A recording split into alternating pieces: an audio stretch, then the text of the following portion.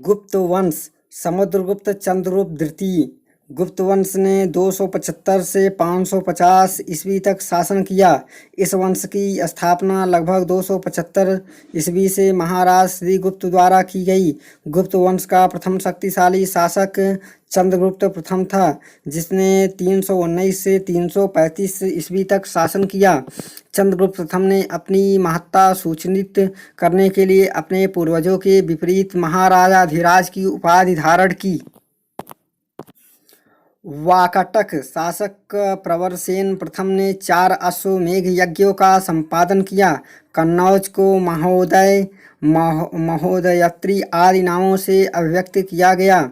इतिहासकार Vincent Smith ने अपनी रचना अर्ली हिस्ट्री ऑफ इंडिया में समुद्रगुप्त की वीरता एवं विजयों पर मुग्ध होकर उसे भारतीय नेपोलियन की संज्ञा दी। इलाहाबाद का अशोक स्तंभ अभिलेख समुद्रगुप्त 335 से 375 ईस्वी के शासन के बारे में सूचना प्रदान करता है। इलाहाबाद स्तंभ में समुद्रगुप्त के संधि विग्रह हरिशेठ ने संस्कृत भाषा में प्रशंसात्मक वर्णन प्रस्तुत किया। इसे प्रयाग प्रशस्ति कहा जाता है। चंद्रगुप्त द्वितीय विक्रमादित्य व प्रथम गुप्त शासक था, जिसने परम भागवत की उपाधि धारण की। गुप्त सम्राट चंद्रगुप्त द्वितीय विक्रमादित्य को शक विजेता कहा गया। पश्चिमी भारत के अंतिम शक राजा रुद्र सिंह थर्ड को चंद्रगुप्त द्वितीय विक्रमादित्य ने 5वीं सदी के प्रथम दशक में परास्त कर पश्चिमी भारत में शक सत्ता का उन्मूलन किया। शकों को हराने के कारण चंद्रगुप्त विक्रमादित्य की एक अन्य उपाधि शकारी भी है। चंद्रगुप्त ने इस उपलक्ष्य में चांदी के सिक्के भी चलवाए।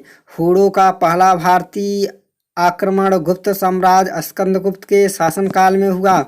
स्कंदगुप्त के हाथों में बुरी तरह परास्त हुआ। गुप्त काल में बंगाल में ताम्रलिप्ति एवं एक प्रमुख बंदरगाह था, जहां से उत्तरी भारतीय व्यापार के साथ दक्षिणी पूर्व एशिया, चीन, लंका, जावा, सुमात्रा आदि देशों के साथ व्यापार होता था। गुप्त काल में गुजरात, बंगाल, दक्कन एवं तमिलनाडु वस्त्र उत्पादन के प्रसिद्ध थे। धनवंतरी चंद्रगुप्त सेकंड विक्रमादित्य के 9 रत्नों में से एक थे। ये आयुर्वेद शास्त्र के प्रकांड पंडित थे। चरक कनिष्क के राजवैद्य थे, जिन्होंने चरक संहिता की रचना की। भास्कराचार्य प्रख्यात खगोलज्ञ, गणितज्ञ और उन्होंने सिद्धांत शिरोमणि लीलावती नामक ग्रंथों की रचना की। गुप्त काल में स्वर्ण मुद्रा की दीनार कहा जाता था।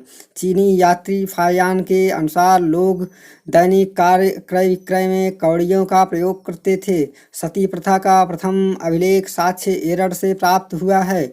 एरड़ अभिलेख 510 ईस्वी का है, जिसमें गोपराज नामक सेनापति की स्त्री के सती होने का उल्लेख है। गुप्त संवत का प्रवर्तक चंद्रगुप्त प्रथम था। गुप्त संवत की तिथि 319 ईस्वी है। गुप्त वंश के शासकों ने